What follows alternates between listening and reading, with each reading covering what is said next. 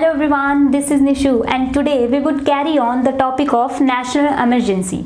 So what is national emergency? We have talked about that in previous video. In this video we would focus on the reasons of imposing national emergency in India. So talking about the reasons, so reasons are categorized into three categories. First is economical context, second is Gujarat and Bihar movements, and the third is conflict with judiciary.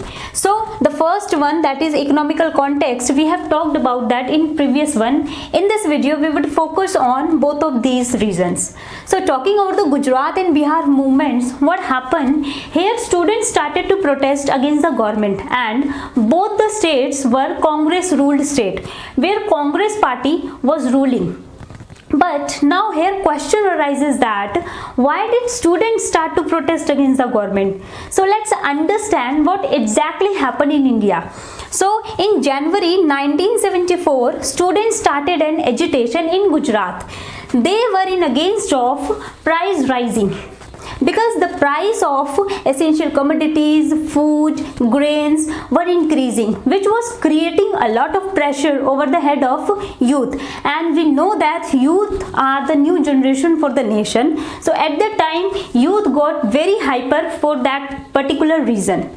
Second reason is that corruption, because in the state the corruption was increasing rapidly, which was creating a lot of hurdle for the students, so they started to protest against that also. And the third is unemployment. Obviously if the state is facing price rising, if state is facing corruption, so obviously unemployment would be increased. So when students started an agitation, so there were many opposition parties who started to join that protest, and when major opposition parties who joined that protest, then that protest became widespread all over the states of India. And when they got the mobilization of peoples, mobilization of farmers, students, then they started to demand that we want fresh election.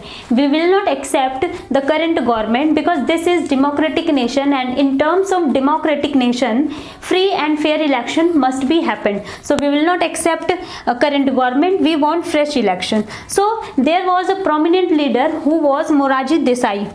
He was the leader of Congress O, and he was the main rival of Indira Gandhi in the decades of 1960s.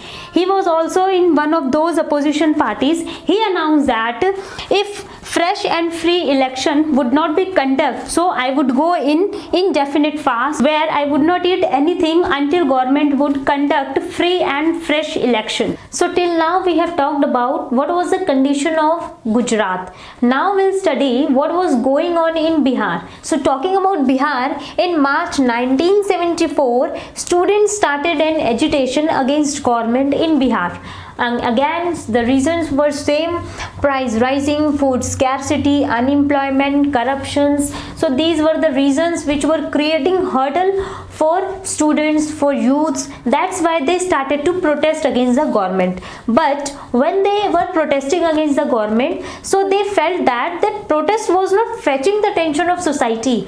It was not going in mass level that should be there. So there they realized that here we need a political leader who can mobilize people, who can make them understand that yes, this is not a small problem, this is a big challenge for the nation. Then students decided that we would invite Jai Prakash Narayan to lead that protest.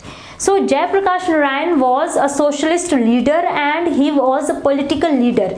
At that time he was very renowned. That's why students started to approach Jai Prakash Narayan, and Jai Prakash Narayan said that okay, I will accept to lead that protest, but I have two conditions for that.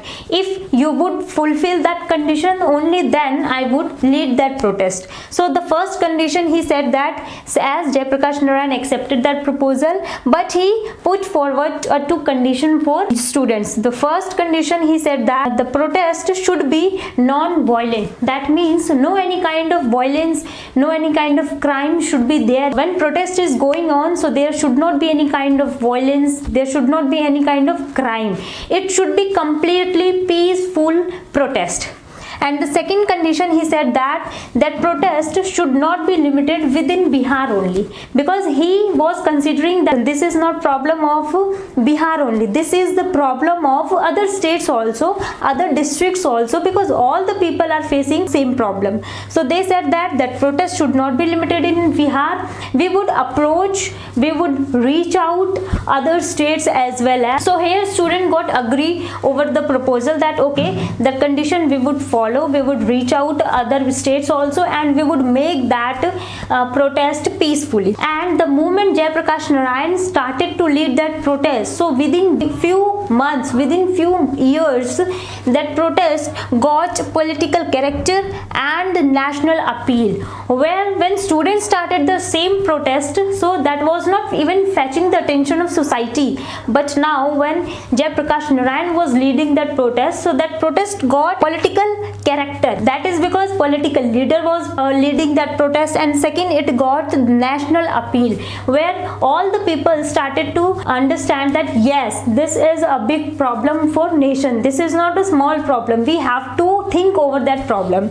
So when the moment they got mobilization of people, when that protest go in mass level, so Jayaprakash Narayan demanded that we want dismissal of Congress government, because Congress government is not doing according to the constitution that should be considered in democratic nation, because India is considered as democratic nation, but Congress party was taking so many illegal decision which was not correct in terms of judiciary and in terms of constitution. But unfortunately Congress party denied to resign. So the moment when Congress party refused to resign, so Jayaprakash Narayan gave it a call that we want total revolution. Basically Jayaprakash Narayan wanted to overthrow the Congress party. For that he said we want total revolution. Total revolution means that when social sphere, economical sphere, including political sphere, when everything would be changed, so it would take the role of total revolution, because everything has changed, it would be considered as total revolution, and then we would establish true democracy in India, because in the ruling of Congress party it is not possible. He said that we want total revolution, Congress party is doing something else in democratic nation, for that we want total revolution where everything should be changed, including social sphere, economical sphere as well as political sphere, then we would establish true democracy. But as we all discussed that Congress party refused to resign, then Jayaprakash Narayan led a march to parliament in 1975. That march was considered as the largest political rally, as Anna Hazare started an agitation in Ramlila Maidan, the same that was also. So that protest was considered as the largest political rally, because there were many parties who were supporting that protest, including Congress O. I hope we all remember the leader of Congress O, who was Morarji Desai. That party also supported that protest, that march, including Bharatiya Janasangh and Bharatiya Lok Dal. So there were many leaders, there were many parties who supported that march in 1975 for making it successful. So both Gujarat and Bihar movement were seen as anti-Congress rather than opposing state government. They were seen that as people are protesting against the leadership of Indira Gandhi. But although it was not completely true, because we had the problem with government, not Congress individually. So if there would have another government and they would have done the same, then also people's reaction would be same. So that was all about Gujarat and Bihar movement.